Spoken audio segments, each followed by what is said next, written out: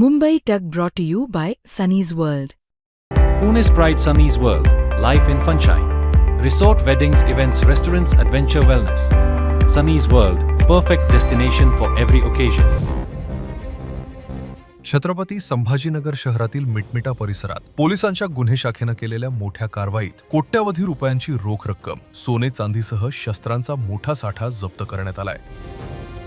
पोलिसांना मिळालेल्या गुप्त माहितीच्या आधारे संबंधित घरावर छापा टाकण्यात आला. या कारवाईत पोलिसांनी 5,26,29,560 रुपये रोख रक्कम, 151 ग्रॅम सोने आणि 3.9 किलो चांदी जप्त केली. याशिवाय मोठ्या प्रमाणात शस्त्रही मिळाली आहेत.